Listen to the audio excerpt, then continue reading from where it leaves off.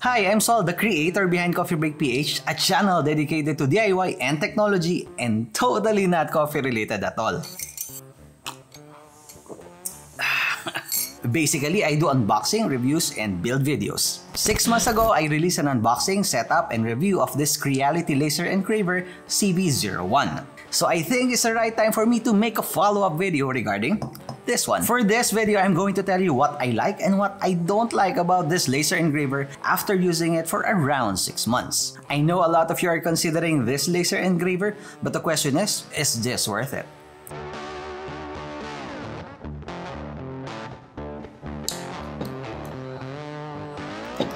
Before we continue, if you have any questions regarding this laser engraver, leave a comment on this video and I will answer that in my TikTok account. Here. First thing that I like with this engraver is really compact. Machine size is 416 by 360 by 137mm or 41.6 by 36 by 13.7 cm. It's that small.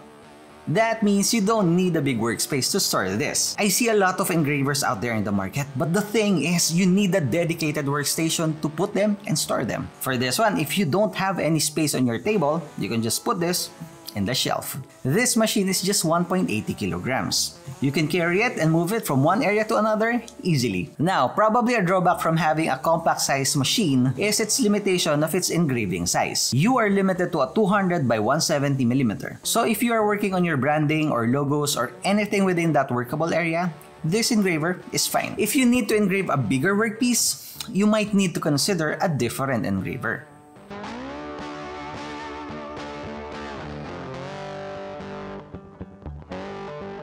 So if you're wondering, is it difficult to operate this machine? Nah, not really. It does only involve a few steps. But I will not go into details regarding that one because I already discussed that in my previous video. I'll put the link in the description below or here. If you'll notice, the engraver only has 2 buttons. And that's it. I'm just hoping that they could have included an LCD display as well like my 3D printers. They're from Creality as well. With that, it gives the user the ability to choose which G-code to use. But for this one, that's not the case. Okay, so what happens if you need to engrave something new? You have to delete the previous G-code from the memory card before storing the new G-code. Meaning, if you have a recurring logo or design, you have to create a new folder first and transfer your old G-code and put it in that new folder. And when the time comes that you need to engrave the same logo, you have to move it back to the root folder.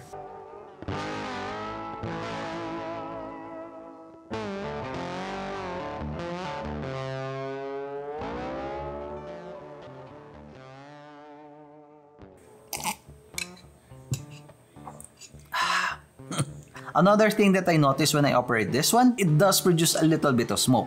Well, yeah, you're engraving. It's not really a concern that it can trigger a smoke alarm, but it does produce a little smoke. And since you're engraving or burning wood, expect that it produces a smell, like burnt wood.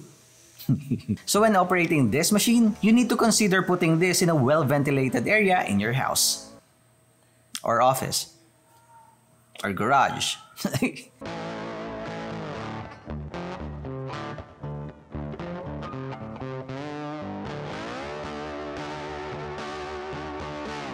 Now let's talk about maintenance. For the past 6 months, my total maintenance cost is 0. Yeah, I upgraded nothing, I repaired nothing, replaced nothing, nothing broke.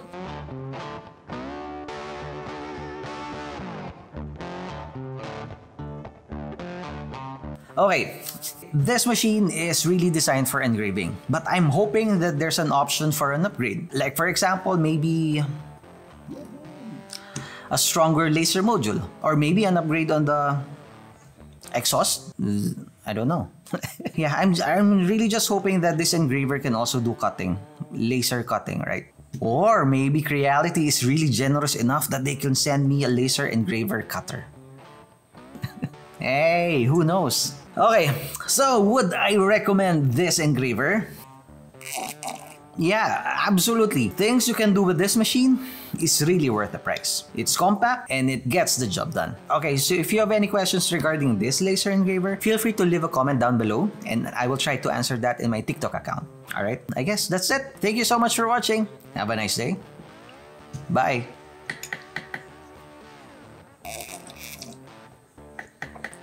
Get yourself one. Yeah. Bye.